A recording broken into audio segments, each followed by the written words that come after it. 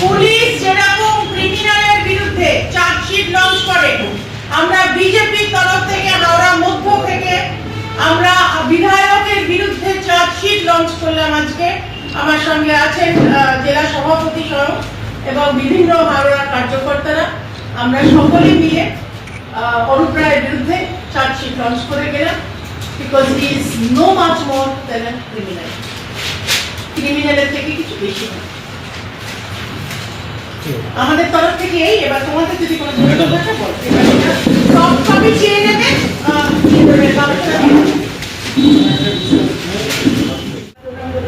আমি আর নেতৃত্বদের আমি বেশ কিছু করছিলাম।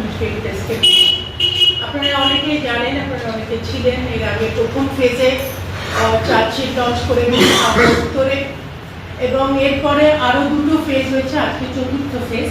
এবং যেমন মোরামদা বললেন যে আমরা যেখানে যেখানে পশ্চিমবঙ্গের বিধায়ক, তৃণমূলের বিধায়ক আছে, আমরা সেখানে চার্জশিট লঞ্চ করছি। এবং চার্জশিটের বেসিক মর্মই হচ্ছে যে প্রতিশ্রুতি দেওয়া সত্ত্বেও প্রতিশ্রুতি পূর্ণ করেনি তৃণমূল সরকার, এবং আমরা এক একজন বিধায়কের নাম করে করে করছি।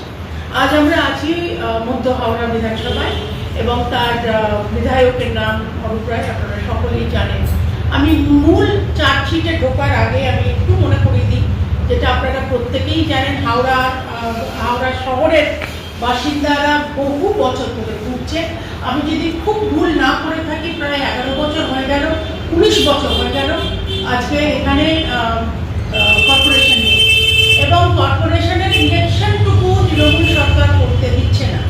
যে কারণে একটা কর্পোরেশন যদি ফুল ফর্মে না থাকে, মানে ইলেকটেড কাউন্সিলে যদি না থাকে, তাহলে একটা শহর যে তার যে কি করুণ পরিণতি হয়। আপনারা কোনো রকমের সিভিক কমিউনিটিস হাওড়া, আমি আগেরবার হাওড়া উত্তরের কথা বলে গেছি, আজকে এক কথা বলবো মধ্য হাওড়ায়। এটার উপরে আরো কিছু স্পেসিফিক আমি বলবো, একদম নাম করে করে বলছি।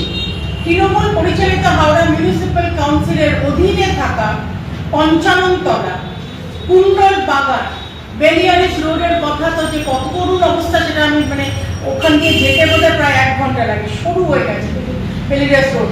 মন্দিরতলা দীর্ঘদিন দাবি ও প্রতিবাদ সত্ত্বেও জল জমা সমস্যা আমি এখানে বলছি, কিন্তু আপনারা জানেন ক্রমশ সেই রাস্তাগুলো এত সরু হয়ে যাচ্ছে, পাশে ওপেন ড্রেন, উপচে পড়ছে নোংরা জল।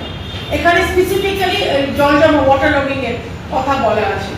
পরিবহন কি বলবেন, পঞ্চাননতলা লেখা আছে, প্রথম পঞ্চাননতলা দিয়ে শুরু করলাম। পঞ্চাননতলা আবারও বলছি, পঞ্চাননতলা, কুণ্ডল বাগান, বেলিয়ারিস রোড, মন্দিরতলা, এই চারটে বলেছি, এমন না যে অন্য কোথাও হচ্ছে না, হচ্ছে। এগুলো স্পেসিফিক্যালি বলা।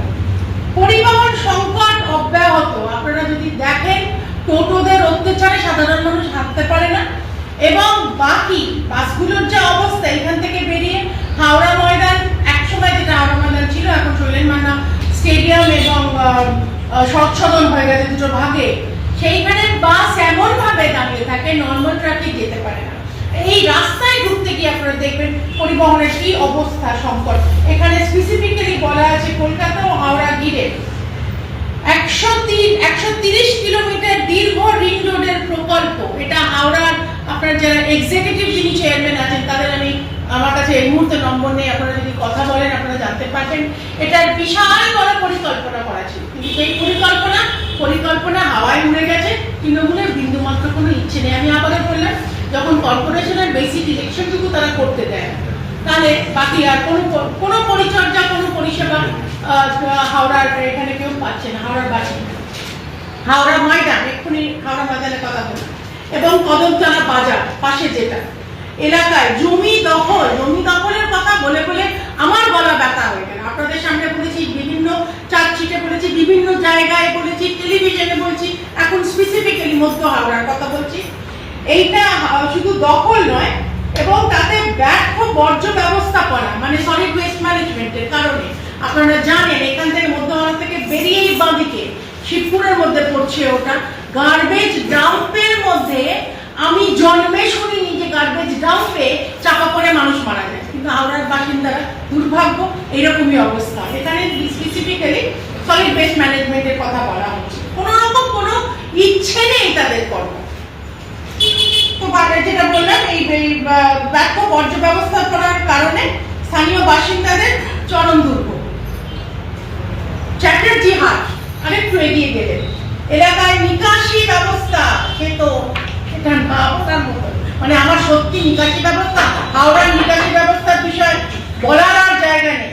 এবং আবর্জনার কারণে মানে বেসিক্যালি ওপেন ড্রেন এবং ড্রেনেজ হয় না, এবং তার উপরে জলের যে উচ্ছে করা আবর্জনার জল সেইটা জমে থাকে। নাগরিক পরিষেবা অবহেলার বিশাল উদাহরণ।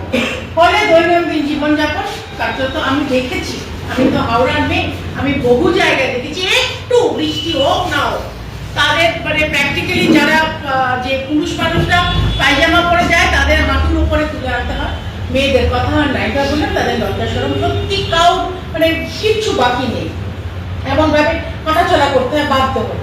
আচ্ছা, বর্ষাকালের কথা তো আর কি বলবো, বর্ষাকালে এলেই বন্যা অব্যাহত, কারণ হাওড়া মিউনিসিপ্যাল কর্পোরেশনের ঘোষিত 100 কোটি টাকার নাজিরগঞ্জ ড্রেনেজ পাম্পিং স্টেশনের কাজ আজও এগোয়নি। এটা আমরা হাওয়ায় কথা বলছি না, তার এটা বড় প্রমাণ। এটা অ্যানাউন্স করা সত্ত্বেও 100 কোটি টাকার নাজিরগঞ্জ ড্রেনেজ পাম্পিং স্টেশন একটা করবার কথা, তার কোনো কাজই হয়নি, এখনো ওটা খোঁড়া আছে, আপনারা গিয়ে দেখতে পারেন। আচ্ছা, চাকরিতে স্বচ্ছ নিয়োগে অনিয়ম অভিযোগে তমলুক ঘাটাল সেন্ট্রাল কোঅপারেটিভ ব্যাংকে মাত্র 52টি অনুমোদিত পদের জন্য 134 জনকে নিয়োগের ঘটনায় বিধায়ক অরূপ রায়ের যোগ আছে। অরূপ রায় যে টুপি পরে কত লোককে টুপি বলেছে এটা আপনারা আমার থেকে বেটার জানেন। হাওড়ায় ব্যাপক অবৈধ নির্মাণের বাসিন্দারা নিরাপত্তা বিপন্ন, অথচ অসংখ্য বেআইনি নির্মাণের মধ্যে 2024 সালে মাত্র 43টা মানে 43টা নোটিশ দিয়েছে ও 16টি নির্মাণ বন্ধ করেছিল সেই অনেক আগে তৃণমূল পরিচালিত হাওড়া পুরসভা। এটা আমি আরেকটু বিস্তারিত বলি, আমি যখন হাওড়া উত্তরে যখন এটা লঞ্চ করতে এসেছিলাম তখনও আমি বলেছিলাম এটা কোনো সংখ্যার ঊর্ধ্বে চলে যাচ্ছে। আপনারা যদি একটু হাঁটাচলা করেন, যেখানে নিশ্চয়ই আপনাদের প্রেস মিডিয়া যাতায়াত করে, সেখানে আমার আকারের আমার মতন মোটা মানুষের পক্ষে যাতায়াত করার একটা বাড়ি থেকে আরেকটা বাড়ি সম্ভব নয়। এবং যদি আমার কথা নাই বা বললাম, যারা রোগা মানুষ তারা যদি অসুস্থ হয়ে যায়, পা ভেঙে যায়, স্ট্রেচার ঢুকবে বেরোবে না, আমি মৃতদেহ কথা তো ছেড়ে দিলাম, কিন্তু এটা অব্যাহত চলে যাচ্ছে। ইলিগাল কনস্ট্রাকশনের জন্য হাওড়া উত্তর হাওড়া মধ্য বিখ্যাত হয়ে এখানে না